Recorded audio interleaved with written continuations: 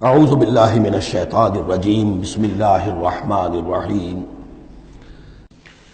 سورۃ القصص بسم اللہ الرحمن الرحیم۔ یہ جو 8 صورتیں ہیں ان میں نوٹ کر لیجئے کہ 4 صورتیں یہ ایک مزاج کی ہیں تقریباً۔ سورۃ الفرقان، سورۃ الشعراء، سورۃ النمل، سورۃ القصص، یہ آخری ہے، اس چوکے کے اندر یہ آخری ہے۔ پھر 4 وہ ہیں کہ جن میں وہ بالکل نمایاں قدر مشترک ہے کہ اس میں الف لام میم الف لام میم الف لام میم الف لام میم، تو 4 کے یہ 2 سب گروپس ہیں ان 8 صورتوں کے۔ لیکن پہلے سب گروپ میں سے ایک صورت وہ ہے کہ جو بغیر حروف مقطعات کے ہے، باقی 2 تاسین میم سے، ایک تاسین سے۔ اور ایک نقطہ یہ نوٹ کر لیجئے کہ اکثر و بیشتر صورتیں جو آئی ہیں طٰہٰ، سورہ طٰہٰ جو ہے اس میں توئے آئی ہے شروع میں، اور اس میں بھی اکثر و بیشتر حصہ حضرت موسیٰ علیہ السلام کے واقعات پر مشتمل ہے۔ یہ تاسین میم تاسین، ان میں بھی آپ نے حضرت موسیٰ کا ذکر جو ہے ہر صورت کے اندر موجود ہے۔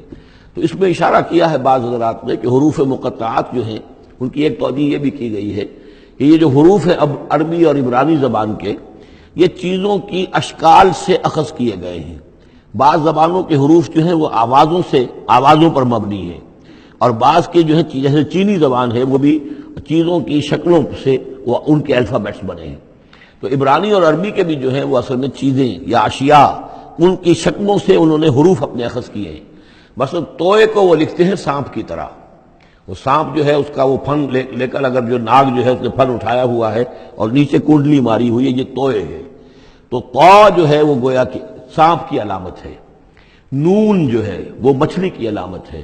نون یوں کر کے اور ایک طرف اس کے نقطہ ڈال دے تو بالکل مچھلی، آپ نے کبھی دیکھا ہوگا تو اکثر و بیشتر جو بھی ڈرائنگز ہوتی ہیں، پینٹنگز ہوتی ہیں، وہ مچھلی کی شکل نون کی ہے، اس لیے ذنون کہا گیا، مچھلی والا۔ اور قرآن مجید میں ایک سورت ہے سورہ نون، جس کا اختتام ہوتا ہے حضرت یونس علیہ السلام کے ذکر پر کہ جو مچھلی کے پیٹ میں جن کو اللہ نے پہنچا دیا تھا۔ تو اس اعتبار سے حروف مقطعات میں سے بعض چیزیں جو ہیں مناسبت والی نظر آتی ہیں۔ تو یہ جو صورتیں ہیں، سورہ شعراء اس میں بڑی تفصیل کے ساتھ آیا ہے۔ سورہ طٰہٰ میں وہ تو میں آپ کو بتا چکا ہوں کہ 8 میں سے 5 رکوع پورے حضرت موسیٰ علیہ السلام کے حالات پر ہیں۔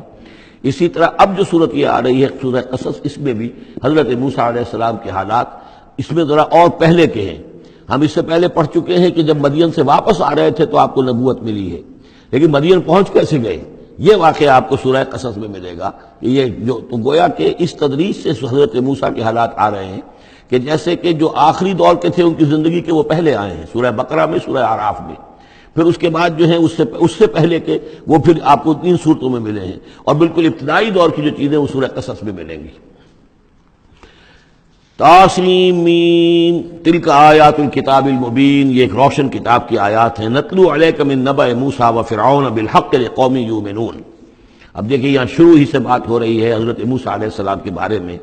ہم سناتے ہیں آپ کو کچھ احوال موسیٰ کے اور فرعون کے، بالحق، حق کے ساتھ، لقوم یؤمنون، ان لوگوں کے لیے جو ایمان لاتے ہیں یا ایمان لائیں یا ایمان والے ہیں۔ ان فرعون علا فی الارض، یقیناً فرعون نے بہت سرکشی کی تھی زمین میں، بہت ادھم مچایا تھا۔ وجعل اہلہا شیعا، اور زمین میں بسنے والوں کو اس نے طبقات میں یا گروہوں میں تقسیم کر دیا تھا، حاکم اور محکوم۔ ایک قوم جو ہے قبطی وہ حاکم تھی اور بنی اسرائیل محکوم۔ یستضعف طائفة منہم، اس نے دبایا ہوا تھا نیچے ایک گروہ کو، بنی اسرائیل کو دبایا ہوا تھا اور شدید ان کے اوپر جو ہے سختیاں ہو رہی تھیں۔ یذبح ابناءہم، ان کے بیٹوں کو ذبح کر دیتا تھا، یستحیی نساءہم، اور زندہ رکھتا تھا ان کی بیویوں کو، ان کی عورتوں کو۔ انہ کان من المفسدین، یقیناً وہ فساد مچانے والوں میں سے تھا۔ وَنُرِيدُ أَن نَّمُنَّ عَلَى الَّذِينَ اسْتُضْعِفُوا، اور ہم نے یہ ارادہ کیا کہ ہم احسان کریں ان پر کہ جو دبا لیے گئے ہیں، جنہیں ستایا جا رہا ہے، دبایا جا رہا ہے، پیسا جا رہا ہے، جن پر ظلم ہو رہا ہے، ہم ان پر احسان فرمائیں۔ فی الارض، زمین میں، وَنَجْعَلَهُمْ أَئِمَّةً، اور ہم انہی کو امام بنائیں، اب ان کو دنیا میں طاقت دیں، سربلندی دیں۔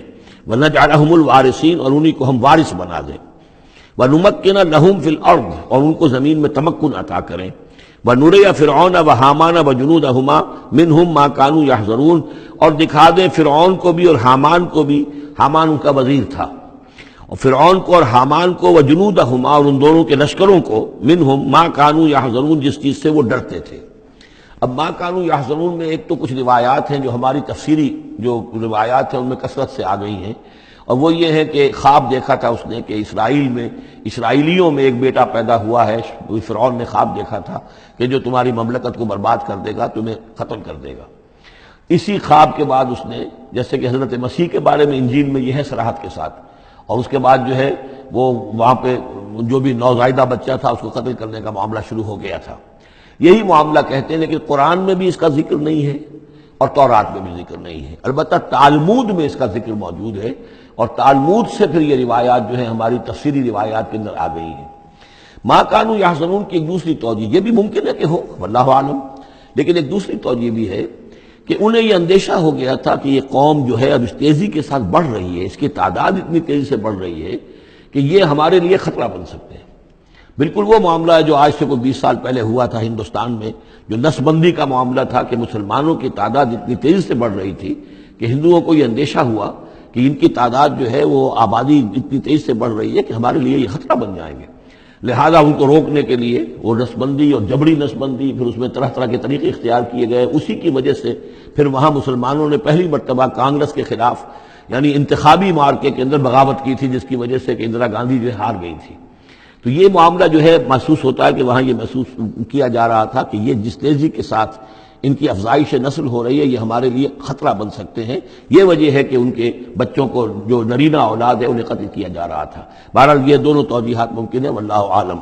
صدق اللہ۔